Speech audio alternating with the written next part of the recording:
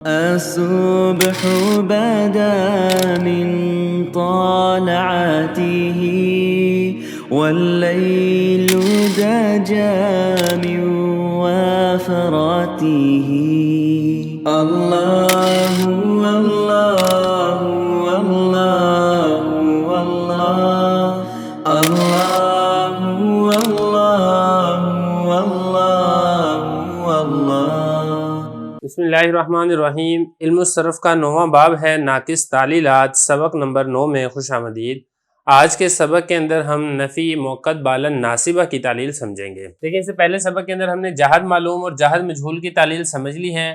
آج کے سبق کے اندر ہم نفی موقت بالن ناصبہ کی تعلیل سمجھیں گے. یعنی یہ وہ مضارع ہوتا ہے جس کی لن ناصبہ کے ذریعے سے تاکید پیدا کی گئی ہو. اچھا، اس میں اور جہد میں کچھ چیزیں مشترکہ ہیں اور کچھ چیزوں کے اندر تھوڑی سی تبدیلی ہے. لیکن جو ہم نے جہد کے اندر پڑھا تھا کہ 5 صیغوں کے اندر وہ حرف علت کو آخر سے حذف کر دیتا ہے. لیکن جب ہم بات کریں گے نفی موقت بالن ناصبہ کی، یہ انہی 5 صیغوں میں آخر سے حرف علت کو حذف نہیں کرے گا بلکہ اس پر فتح دے دے گا. مثال کے طور پہ لن یدعوا، یدعو تھا، جب لن ناصبہ لگا شروع میں تو اس نے واو کو فتح دے دیا. بالکل اسی طریقے سے لن تدعوا، یہاں پر بھی اس نے فتح دے دیا. 2 ہو گئے. نمبر 3 لن تدعوا، صیغہ واحد مذکر مخاطب، یہاں پر بھی اس نے آخر سے فتح دے دیا. اس کے بعد آپ دیکھیں واحد متکلم لن ادعوا اور لن ندعوا، واحد متکلم اور جمع متکلم ان کے آخر میں بھی اس نے جب لن لگا شروع میں تو اس نے فتح دے دیا. تو ایک تو یہ فرق ہوگا کہ یہ آخر سے حرف علت کو حذف نہیں کرے گا. پھر اس میں جو تثنیہ ہے اس میں اور جہد میں دونوں کے اندر مشترکہ ہے. یعنی جس طریقے سے جہد آخر سے نون تثنیہ کو گرا دیتا تھا، یہ لن ناصبہ یہ بھی نون تثنیہ کو گرا دے گا. مثال کے طور پہ یہاں پہ دیکھیں یہ تثنیہ ہے جمع مذکر غائب، آخر سے نون تثنیہ کو اس نے گرا دیا.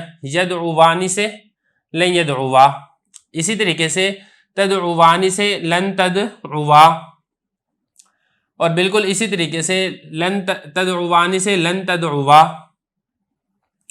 یہاں پر بھی ایسے ہی ہے. تو تثنیہ کے جو چاروں کے چاروں صیغے ہیں اس کے آخر سے نون اعرابی کو گرا دے گا.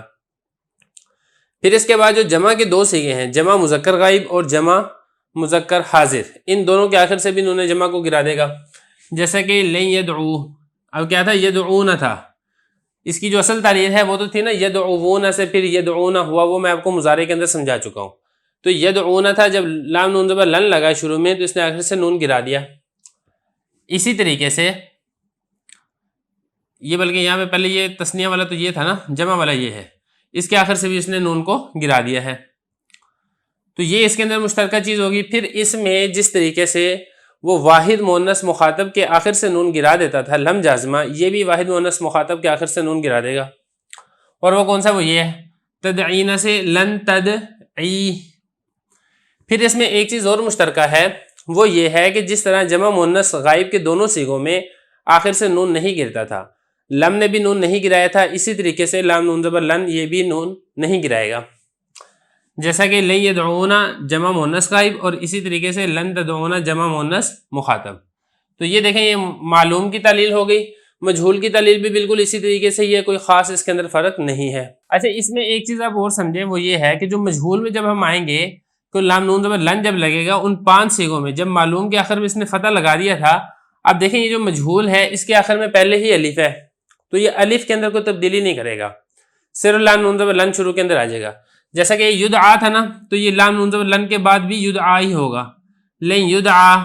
اسی طریقے سے واحد مؤنث غائب لن تدعا، اسی طریقے سے واحد مذکر مخاطب لن تدعا، اور اسی طریقے سے واحد متکلم لن ادعا اور جمع متکلم لن ندعا. تو دیکھیں 5 صیغے جو ہیں اس کے اندر اس نے کوئی تبدیلی نہیں کی ہے. تو یہ فرق ہو جائے گا معلوم میں اور مجہول میں. اچھا، اس کے بعد جو تثنیہ کے صیغے ہیں 4، جیسے اس نے یہاں سے معلوم میں نون گرایا تھا، مجہول میں بھی نون گرا دے گا. یدعیانی سے لن یدعیا، تدعیانی سے لن تدعیا، تدعیانی سے لن تدعیا، اور اسی طریقے سے تدعیانی سے لن تدعیا. پھر جیسے اس نے یہاں پہ جمع مذکر غائب اور حاضر دونوں سے نون گرایا تھا، انہوں نے جمع کو، یہاں پر بھی ایسے ہی گرا دے گا.